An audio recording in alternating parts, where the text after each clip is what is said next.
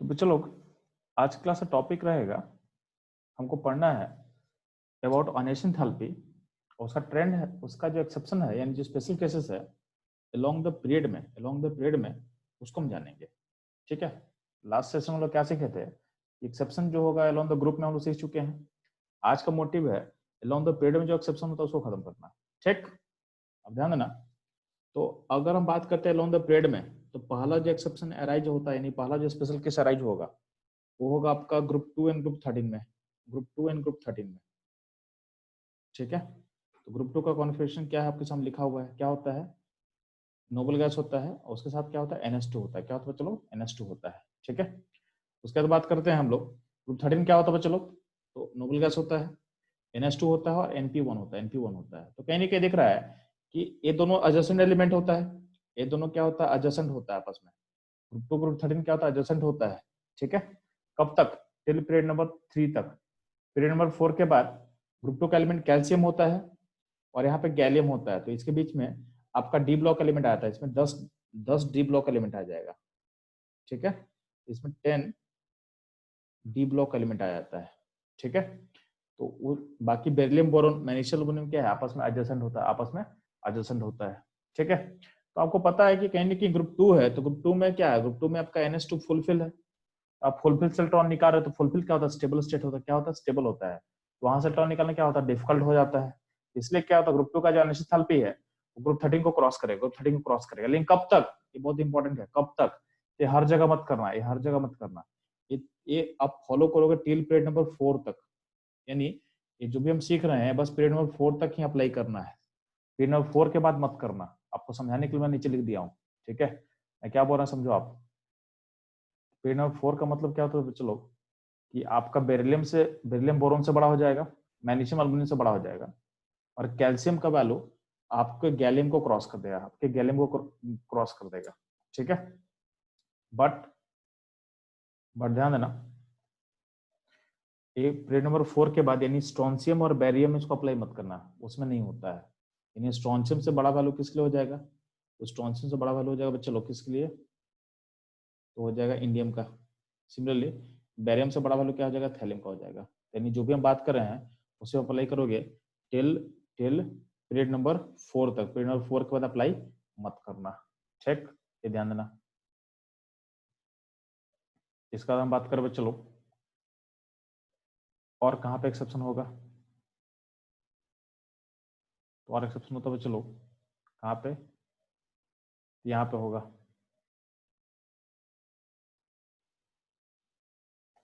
Group number 15 and 16 में, यानी nitrogen family and oxygen family में। तो नाइट्रोजन ऑक्सीजन में क्या होता है? तो अब देखोगे ग्रुप 15 का कॉन्फ़िगरेशन क्या समझाया हुआ है। तो अब देखोगे आपको समझाया हुआ क्या होता है। ये होता है क्या? तो नाइट्रोजन को होता है बच्चों लोग, ये नाइट्रोजन फैमिली का क्या होता है?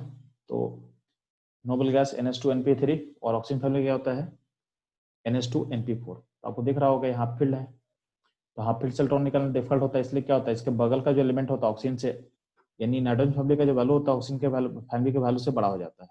ठीक है, नॉर्मली ऐसा नहीं होना चाहिए था बट ऐसा होता है क्योंकि ये हाफ फील्ड हो गया। हाफ फील्ड मतलब क्या हो गया? स्टेबल हो गया। हाफ फील्ड मतलब क्या हो गया? स्टेबल हो गया। ठीक है, तो नॉर्मली ऐसा सोचना आपको है। ठीक, अब ध्यान देना। बट ये काम कब तक करेंगे? तो टिल पीरियड नंबर 4 तक। 4 के बाद मत करना। ये पीरियड नंबर 4 बहुत इंपॉर्टेंट चीज है, इसको ध्यान रखना। इन पीरियड नंबर 4 के बाद आपको काम नहीं करना है। ठीक, तो पीरियड नंबर 4 के बाद क्या होगा? तो उल्टा कर देना, यानी जो नॉर्मल ट्रेंड होता है उसी को फॉलो कर दोगे। पीरियड नंबर 4 में ध्यान देना क्या समझा हुआ चलो। तो एंटीमोनी और टेलुरियम। ठीक है, तो आपके पास क्या है? एंटीमोनी है और टी है, इसमें टी आगे निकल जाएगा और बिस्मथ और पोलोनियम में क्या होगा? पोलोनियम आगे निकल जाएगा। ठीक है, तो यहाँ पे इन यानी आफ्टर पीरियड नंबर 4 के बाद एक्सेप्शन को फॉलो मत करना। ठीक है, तो पॉइंट नंबर 4 जो है ये अपने लिए इंपॉर्टेंट पॉइंट हो गया, ये आपको ध्यान देना है। ठीक, नेक्स्ट हम लोग मूव करें चलो। ये हो गया आपका पीरियड में एक्सेप्शन जो होगा आपको दिख गया। तो जनरली हम लोग पी ब्लॉक कवर किए हैं, तो यहाँ पे जो भी दिख रहा होगा वहाँ पे एस एन पी ब्लॉक आपका कवर हो गया है। ठीक है, नेक्स्ट मूव करते हैं हम लोग डी ब्लॉक पे। ठीक है, तो डी ब्लॉक का एलिमेंट्स आपको दिख रहा है। डी ब्लॉक का 3D सीरीज का आपको एलिमेंट दिख रहा होगा। ठीक, तो यहाँ पे 3D, यहाँ पे 3D फैमिली का एलिमेंट आपको दिख रहा होगा। ठीक है, स्कैंडियम है, टाइटेनियम है, वैंडियम है, क्रोमियम है, एमएन है, ठीक है, Fe है, कोबाल्ट है, निकल है, कॉपर, जिंक। ठीक, अब इसका वैल्यू को थोड़ा चेक करो आप लोग वैल्यू को थोड़ा चेक करो तब वो कुछ समझ में आएगा। तो अब जो वैल्यूज को देखते हो उसका वैल्यूज को, ठीक है, ये सारा वैल्यूज कहाँ से लिया हुआ है? एनसीईआरटी से लिया हुआ है। आप क्लास 12 का डी ब्लॉक खोलोगे ना एनसीईआरटी, तो वहाँ पे मिल जाएगा, ये टेबल आपको मिल जाएगा। तो वैल्यूज को अगर फोकस करते बच्चे लोग तो देखो वैल्यूज को ऑब्जर्व करो। तो हम बात कर रहे हैं आयनाइजेशन थेरेपी का, तो हम लोग IE1 यानी फर्स्ट आयनाइजेशन थेरेपी का हम बात करेंगे। तो क्या है देखो यहाँ पे स्कैंडियम से लेके वैल्यूज को देखो, पहले बढ़ा है, फिर यहाँ पे घट गया, फिर बढ़ा स्लाइटली, फिर बढ़ा, फिर बढ़ा, अब फिर देखो घट गया, फिर बढ़ा, अब फिर बढ़ा। तो ये देखो कहीं ना कहीं पे एक इरेगुलर ट्रेंड है, इरेगुलर ट्रेंड आपको दिख रहा होगा। यहाँ पे ट्रेंड रेगुलर नहीं है, ट्रेंड आपका रेगुलर नहीं है। आपका पहले जो स्कैंडियम होगा, स्कैंडियम का C31 है, स्कैंडियम से टाइटेनियम में बढ़ा है, फिर टाइटेनियम से वैंडियम में बढ़ना चाहिए था बट घट गया। ठीक है, और फिर क्रोमियम में फिर स्लाइटली बढ़ा है, बट क्रोमियम का जो वैल्यू है गौर करना, जो क्रोमियम का वैल्यू है उसका वैल्यू जो है वो उसका वैल्यू देखोगे तो उसका वैल्यू जो है वो आपके टाइटेनियम के वैल्यू से छोटा है। क्रोमियम बढ़ा है with respect to vanadium, but जितना बढ़ना चाहिए था उतना नहीं बढ़ा है। उसका वैल्यू देखोगे तो उसका वैल्यू जो है उसका वैल्यू टाइटेनियम से क्या है, छोटा है। ठीक है, तो यहाँ देखो एक चीज दिख रहा है आपको। बाकी यहाँ देखोगे यहाँ पे आयरन के बाद, आयरन के बाद कोबाल्ट, कोबाल्ट के बाद निकल, ये तीनों वैल्यू क्या घट रहा है, जो कि बढ़ना चाहिए था, क्योंकि आप अलोंग द पीरियड मूव करते हो तो कब बढ़ना चाहिए था, तो यहाँ क्या हो रहा है, घट रहा है। ठीक है, तो हमको ये अब इवन देखना ध्यान से, यहाँ जो आयरन का जो वैल्यू है, ये आयरन का जो वैल्यू है और एक कॉपर का जो वैल्यू है, तो कॉपर का वैल्यू कहाँ प्लेस करोगे, तो कॉपर का वैल्यू देखो, तो कॉपर का वैल्यू फर्स्ट ये कहाँ प्लेस हो जाएगा, ये प्लेस हो जाएगा यहाँ पे, कहाँ तक, यहाँ प्लेस हो जाएगा इधर, सॉरी यहाँ नहीं, हाँ यहाँ होगा। यानी कॉपर का वैल्यू भी क्या है कि आपका आयरन और किससे, निकल से छोटा है, आयरन निकल से छोटा है। ठीक है, यानी मैनेज के बाद मैनेज के बाद क्या होगा, सॉरी आयरन कोबाल्ट से छोटा है, मैनेज के बाद क्या होगा, तो आपका निकल हो जाएगा, निकल के बाद कॉपर होगा, कॉपर के बाद आएगा कोबाल्ट और फिर होगा आयरन, और आयरन के बाद आएगा जिंक। यानी देखोगे आयरन का वैल्यू ऑलमोस्ट जिंक के पास चला गया। ठीक है, तो अब ध्यान देना, तो आपका अब इसका रीजन समझते हैं कि ऐसा रीजन क्या हो सकता है। तो देखो पहले हम देखते हैं कि कहाँ कहाँ पे चीजें चेंज हो रही है, उसके अकॉर्डिंग हम रीजन करने का सोचते हैं। उल्टा मत करना, पहले रीजन यानी पहले थ्योरी देख के हम लोग प्रैक्टिकल नहीं करते, पहले हम प्रैक्टिकल देख रहे हैं कि कहाँ कहाँ डेविएशन हो रहा है, उसके अकॉर्डिंग अपना थ्योरी को देंगे। ठीक है, रिवर्स काम नहीं करेंगे, रिवर्स काम केमिस्ट्री में कहीं मत करना। फिजिक्स में और आपका मैथ्स में क्या होता है, एक फॉर्मूला होता है, एक लॉ होता है जिसको सारी चीज ओबे करेगा, तो उसका कोई एक्सेप्शंस नहीं होता है। ठीक है, केमिस्ट्री का जो स्टडी है ना, स्टडी अबाउट वेरिएबल्स है। ठीक है, हम जैसे बात करते हैं इकोनॉमिक्स का, ठीक है, तो इकोनॉमिक्स में क्या होता है कि ह्यूमन बिहेवियर इन्वॉल्व है, तो इकोनॉमिक्स का स्टडी हमेशा डेटा पे किया जाता है। डेटा को एनालाइज करोगे, अब बोलोगे इकोनॉमिक्स से या फिर कंट्री का जीडीपी गिर रहा है, तो कैसे होता है, आप डेटा को एनालाइज करते हो। ठीक है, सिमिलरली क्या केमिस्ट्री भी डेटा का ही स्टडी है, केमिस्ट्री डेटा का स्टडी है, यहाँ पे कोई साइंस नहीं है। तो देखते हैं कि डेटा कैसे चेंज हो रहा है, उसके अकॉर्डिंग फिर अपन थ्योरी देते हैं। क्योंकि केमिस्ट्री में बात करो तो एटम्स को आप देख नहीं सकते हो, एटम के बारे में स्टडी करना पॉसिबल किसी के लिए नहीं है, तो एटम में क्या हो रहा है किसी को नहीं पता है। ठीक है, तो उसके लिए हम लॉ नहीं बना सकते हैं, तो इसलिए केमिस्ट्री में इतना सारा एक्सेप्शन होता है, तो उसको हम एक्सेप्शन नहीं बोलते हैं, हम लोग उसको उल्टा बोलेंगे कि डेटा को हम एनालाइज करते हैं और डेटा के जहां जहां मेरे अकॉर्डिंग नहीं चलने वाला है उसको देखते हैं कि ऐसा क्यों नहीं हो सकता है, उसके लिए हम लोग रीजन देने का कोशिश करेंगे। ठीक है, तो हमारा अप्रोच यही रहेगा केमिस्ट्री के लिए। तो केमिस्ट्री को एक्सेप्शन की तरह मत सोचना, केमिस्ट्री को सोचना है डेटा की तरह। ठीक है, कि डेटा स्टडी करना, डेटा का वेरिएशन को स्टडी करना है, और डेटा का जो वेरिएशन जहां भी आपको डिफर करेगा उसको रीजन आउट करना, उसको रीजन आउट करने की कोशिश करना कि ऐसा क्यों हो रहा है। ठीक, तो बात कर रहे हैं तो ध्यान देना कि डी ब्लॉक है, तो हम बात करेंगे तो डी ब्लॉक में अलोंग द पीरियड में वेरिएशन होता है, ये तो आपको दिख गया। ठीक है, अब इसका रीजन क्या होगा, इसका रीजन क्या होगा। ठीक है, तो रीजन समझाया गया है, तो बोला गया है कि अनेशन enthalpy variations in the D block are irregular, irregular बोला गया। ठीक, क्यों बोला गया, तो उसका रीजन दे गया है। तो पहला बोला गया है कि जब इसका रेडियस अब हम लोग देखे होंगे तो रेडियस और जेड इफेक्टिव था, तो रेडियस में भी और जेड इफेक्टिव के वैल्यूज में भी आपका जो ट्रेंड है इरेगुलर था। ठीक है, आप लोग वहां देखना कि डी ब्लॉक का जो साइज में पढ़ाया था तो वहां भी ट्रेंड क्या था, रेगुलर नहीं था, उसमें भी क्या था, इरेगुलरिटीज था। तो साइज का ट्रेंड और जेड इफेक्टिव का वैल्यूज में भी क्योंकि रेगुलेटरी है तो उसी का इम्पैक्ट हमको आनेशन थेरेपी पे देखने को मिल रहा है। सेकंड क्या बोला गया है, exception in the electronic configuration. Exception in the electronic configuration किसका, सम एलिमेंट्स का। तो आपको पता है इसमें किसका होता है, चलो क्रोमियम का होता है, ठीक, और किसका होता है, चलो कॉपर का होता है। क्रोमियम कॉपर में एक्सेप्शन होता है, आपको पता है, ठीक है। तो बताने की कोशिश किया गया सम एक्सेप्शन होता है उसके कारण हो सकता है। और क्या हो सकता है, चलो और ध्यान देना। तो थर्ड पॉइंट बहुत इंपॉर्टेंट है, थर्ड पॉइंट बहुत इंपॉर्टेंट है, तो ध्यान देना। थर्ड इंपॉर्टेंट क्या बोल रहा है ना, तो अब स्टेटमेंट को रीड करेंगे हम लोग। तो इसमें क्या बोला गया है, आफ्टर रिमूवल, और ये स्टार मारा हुआ है मतलब पॉइंट इंपॉर्टेंट अपने लिए, पॉइंट अपने लिए बहुत इंपॉर्टेंट है, ठीक।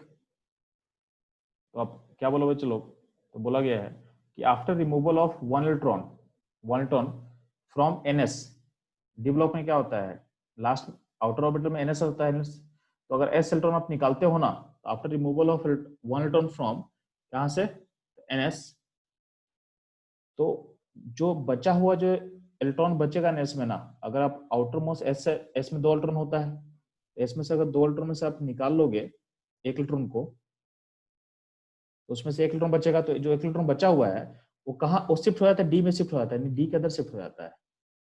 अब डी के अंदर शिफ्ट होगा, तो हम लोग पढ़े थे लास्ट क्लास में about exchange energy, about exchange energy, तो हम लोग क्या सीखे थे, जितना ज्यादा एक्सचेंज होगा उतना उतना सिस्टम को क्या करता है, स्टेबल करता है। तो एक्सचेंज मतलब क्या होता है, जितना ज्यादा एक्सचेंज होगा उतना ज्यादा एनर्जी रिलीज करता है सिस्टम, जितना ज्यादा एक्सचेंज होगा उतना सिस्टम क्या होता है, एनर्जी रिलीज करता है। और हम लोग क्या पढ़े थे, जो एक्सचेंज होता है वो प्रोपोर्शनल होता है अनपेल्ड इलेक्ट्रॉन, यानी आपके पास जितना ज्यादा अनपेल्ड इलेक्ट्रॉन ज्यादा होगा विद सेम स्पिन, उतना ही आपका एक्सचेंज क्या होता है, उतना ही आपका एक्सचेंज क्या होता है, बढ़ते जा जाता है, उतना आपका एक्सचेंज क्या होगा, बढ़ते चला जाएगा, ठीक है। तो क्या बोला गया है कि जैसे डी में शिफ्ट करेगा इलेक्ट्रॉन, तो आपका जो एक्सचेंज एनर्जी का जो वैल्यू है उसमें चेंज होना स्टार्ट होगा, तो उसका इंपैक्ट हमको दिखेगा आयनाइजेशन थेरेपी पे। ये 3 रीजन है, तीनों का कंबाइंड इफेक्ट आपको दिखता है, ठीक है। तो यहाँ पे एक ऑर्डर दिखाया हुआ है, मतलब सारे एलिमेंट को एक साथ लिख दिए हैं और दो का ग्रुपिंग कर दिए, दो को ग्रुपिंग कर दिए हैं 1 2, ठीक है। स्कैंडियम टाइटेनियम जो ग्रुप 1 में आ गया, ठीक है।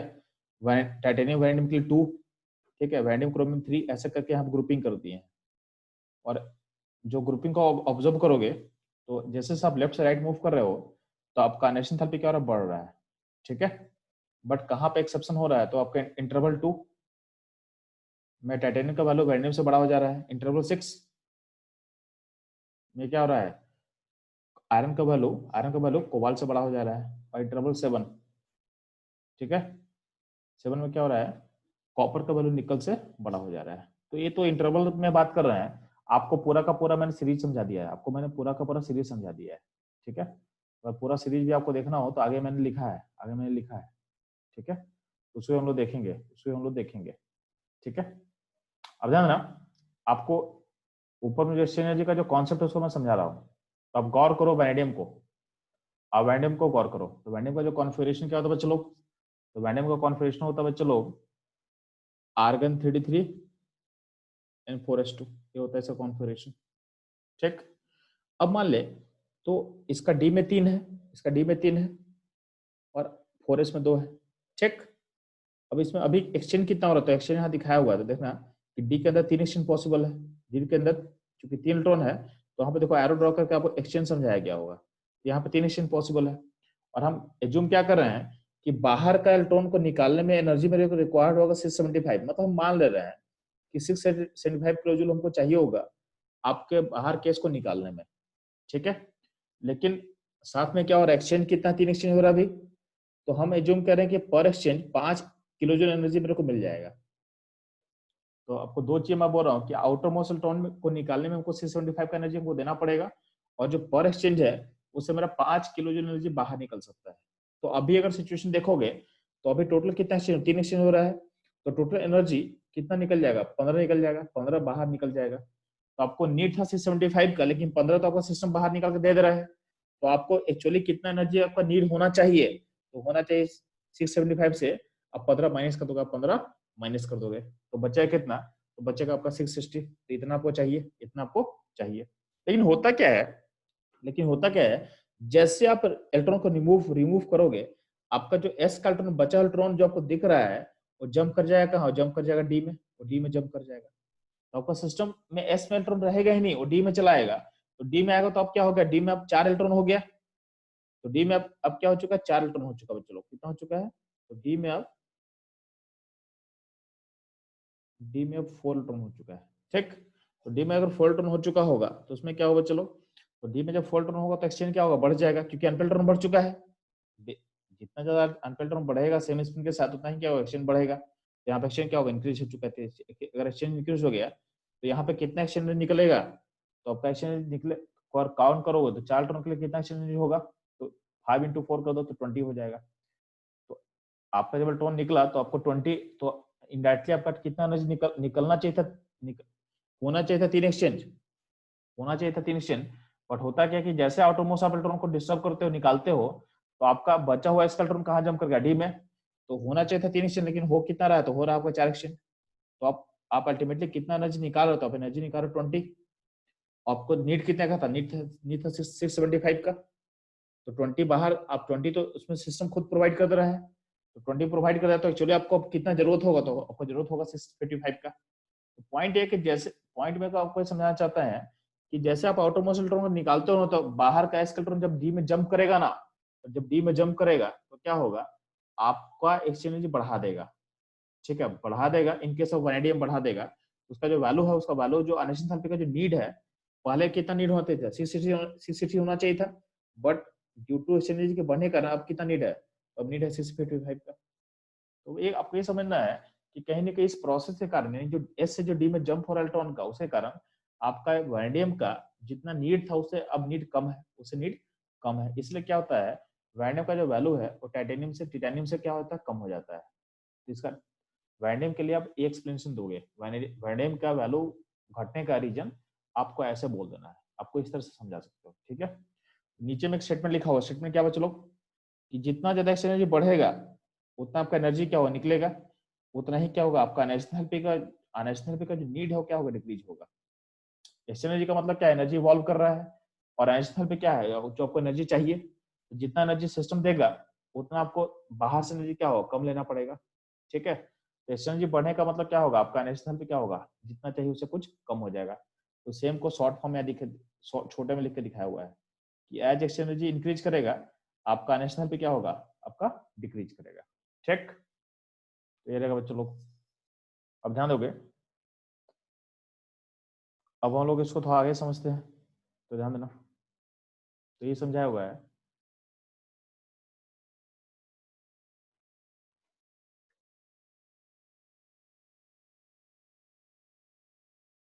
तो यहाँ पे ये जो V है, ये मतलब क्या है, वेनेडियम है, ये V एलिमेंट के लिए दिया हुआ है। ठीक, ये बोला कि जो वेनेडियम है उसका अनएक्सटर्नल क्या और घट रहा है, क्यों घट रहा है, क्योंकि एक्सचेंज क्या हो रहा है, बढ़ जा रहा है। क्यों बढ़ रहा है, क्योंकि जो एस का इलेक्ट्रॉन था वो कहाँ ट्रांसफर हो रहा है, डी में ट्रांसफर हो रहा है, एस से डी में ट्रांसफर हो रहा है। इसलिए क्या हो रहा है, उसका जो D3 कॉन्फिगरेशन D4 में चेंज हो रहा है। इसके कारण क्या हो रहा है, उसका एक्सचेंज बढ़ेगा, इसलिए वैनेडियम का अनएक्सटर्नल क्या घटता है। अगला पॉइंट है, क्रोमियम का वैल्यू में, क्या क्यों घटता है, क्रोमियम का वैल्यू क्यों कम होता है। उसके यानी आप देखो, क्रोमियम का जो वैल्यू था वो वैनेडियम से जस्ट हल्का सा बड़ा था, लेकिन टिटेनियम से क्या था, कम था।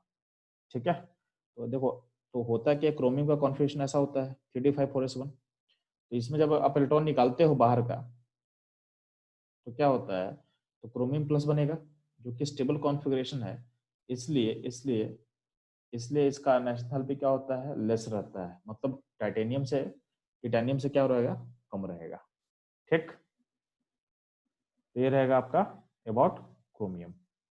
ठीक है, तो इसमें आपको क्या करना है, इसमें आपको ये चीज आपको ध्यान देना है। ठीक, अब ध्यान देंगे।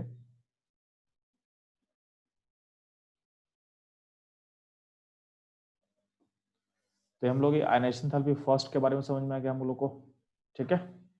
अब देखो यहाँ पे trend of second ionization enthalpy, यानी सेकेंड आयनाइजेशन एंथैल्पी का ट्रेंड क्या होता है वो भी देखना हमको, ध्यान देना। आपको यहाँ पे वैल्यू में दिखाता हूँ। अब देखो यहाँ पे second ionization enthalpy D block में कैसे वैरी करता है, आप देखो यहाँ पे।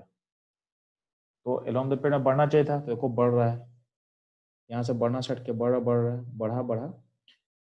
पहला एक्सेप्शन आप यहाँ आपको दिखेगा, यहाँ पे घटा। अगला क्या है कि फिर बढ़ा है, बट जो वैल्यू है, यानी ये वैल्यू किसके लिए, वैल्यू आपके लिए है, किसके लिए है, तो वैल्यू आपको दिया होगा किसके लिए, स्कैंडियम वैंडियम, ठीक है। तो ये वैल्यू होगा आयरन के लिए। तो आयरन का वैल्यू क्या है, अभी भी क्या है, आयरन का वैल्यू क्रोमियम, ये वैल्यू क्रोमियम का है, तो क्रोमियम से क्या है, छोटा है, ठीक है। आपको मैं एलिमेंट दिखा दे रहा हूँ ताकि आपको आसानी हो, तो ध्यान देना। तो एलिमेंट देखो, अब ध्यान दो यहाँ पे, ध्यान देना। अब देखोगे सेकेंड आइसोटोप को, तो ध्यान देना। देखो पहला एक्सेप्शन कहाँ दे रहा आपको, तो बढ़ेगा, यहाँ पे आपको एक्सेप्शन दिखेगा, यहाँ पे देखो, ये पूरा रीजन में, ठीक। क्रोमियम का वैल्यू है वो आयरन को क्रॉस कर गया, क्रोमियम का वैल्यू आयरन क्रॉस कर गया, ठीक है। और क्या एक्सेप्शन दिख रहा है आपको, और आपको दिख रहा है यहाँ पे कॉपर का वैल्यू है जिंक को क्रॉस कर गया। इवन देखोगे जो जिंक का वैल्यू है, वो जिंक का वैल्यू किससे वो यहाँ पे आ चुका है, जिंक यहाँ पे आ चुका है, जिंक यहाँ पे आ चुका है, मतलब वो जिंक का वैल्यू निकल से छोटा हो चुका है, निकल से छोटा हो चुका है। दो जगह एक्सेप्शन है, इसको हम रीजन आउट करते हैं कि ऐसा क्यों हो रहा है। हमारा फोकस होगा इसको रीजन आउट करना है कि ऐसा क्यों हो रहा है, ठीक, ध्यान देंगे।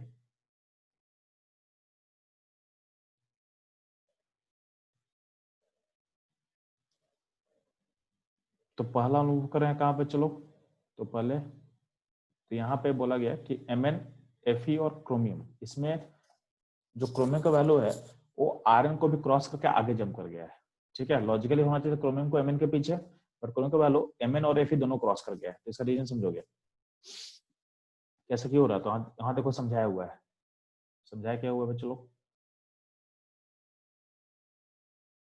कि Mn, देखो Mn से अगर आप इलेक्ट्रॉन निकालते हो ना, Mn से आप इलेक्ट्रॉन निकालते हो, तो चूंकि हम बात करें सेकेंड आयन एंथैल्पी का, क्योंकि हम बात करें I2 का, तो I2 का मतलब क्या होता है, +1 से +2।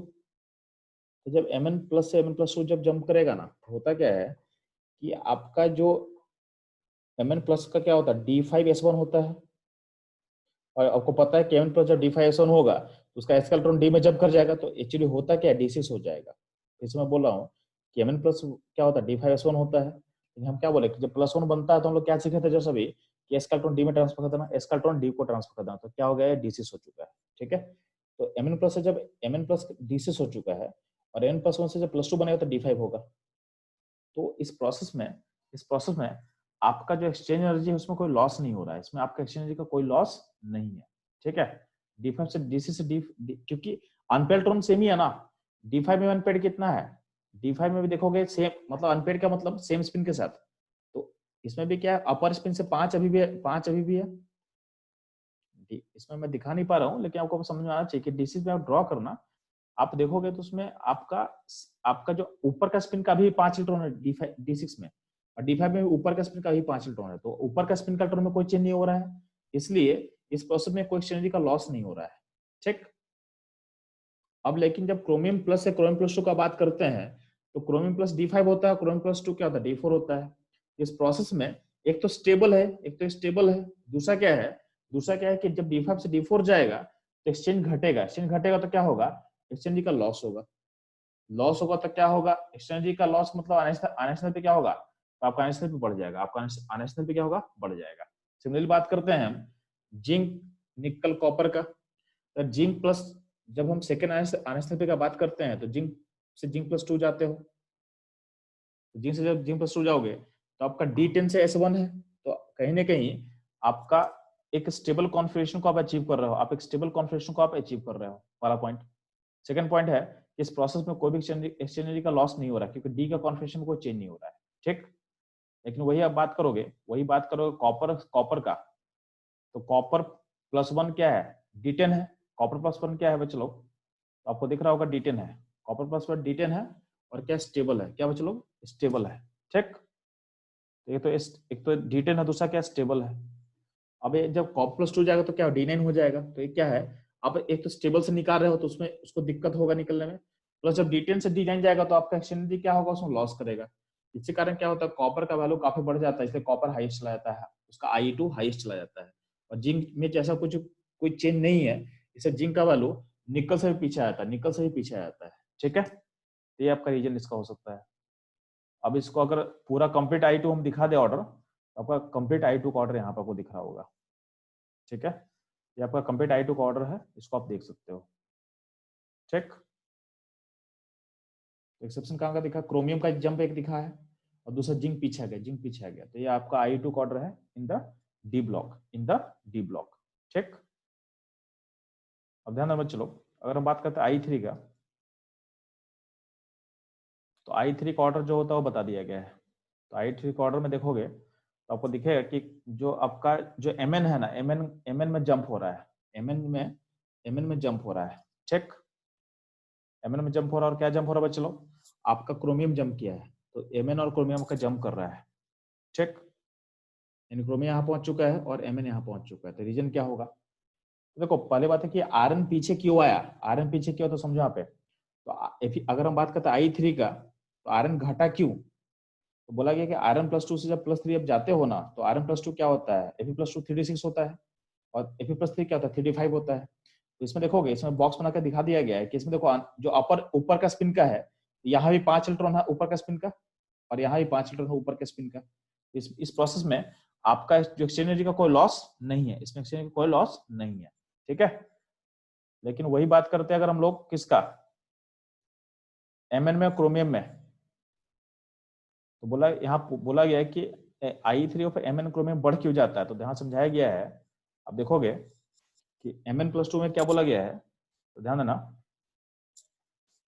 कि Mn+2 में D5 होता है, और Mn+3 जब यानी I3 का हम बात करें तो M+3 बनेगा, तो उसका D4 हो गया। तो आपका जो D का अनपेल्ड इलेक्ट्रॉन घट रहा है, तो इसमें क्या हो रहा है, आपका एक्सचेंज एनर्जी घटेगा। अगर एक्सचेंज एनर्जी घटेगा तो क्या होगा आपका, ऐसे बढ़ना चाहिए। प्लस उससे बड़ा फैक्टर क्या है कि D5 स्टेबल स्टेट है, ये बड़ा फैक्टर, ज्यादा बड़ा फैक्टर है। अब स्टेबल स्टेट से आप निकालोगे इलेक्ट्रॉन तो क्या होगा, आपको ज्यादा एनर्जी देना पड़ेगा ऐसा भी। तो दोनों कंबाइंड फैक्टर मिलकर क्या होगा, आपका जो थर्ड एनर्जी होता है Mn का, वो काफी ज्यादा इंक्रीज करता है, मतलब आपको कोबाल्ट को भी क्रॉस कर जाता है, आपको कोबाल्ट को भी क्रॉस कर जाता है। सिमिलरली बात करते हैं क्रोमियम का, तो क्रोमियम+2 है तो D4 केस है, और जब +3 में जाएगा तो क्या D3 होगा। तो कहीं ना कहीं देखोगे तो डी का अनपेल्ड इलेक्ट्रॉन क्या हो रहा है, घट रहा है। तो इस प्रोसेस में कहीं ना कहीं आपका एक्सचेंज का क्या होगा, एक्सचेंज का लॉस होगा। ठीक है, तो इलेक्ट्रॉन तो निकाल रहे हो, पैरेलली क्या हो रहा है, आपका एक्सचेंज का क्या होगा, लॉस होगा। तो दोनों का कंबाइंड फैक्टर मिला के क्रोमियम का जो वैल्यू है वो आयरन को क्रॉस करता है, वो आयरन को क्रॉस कर जाएगा, वो आयरन को क्रॉस कर जाएगा। ठीक,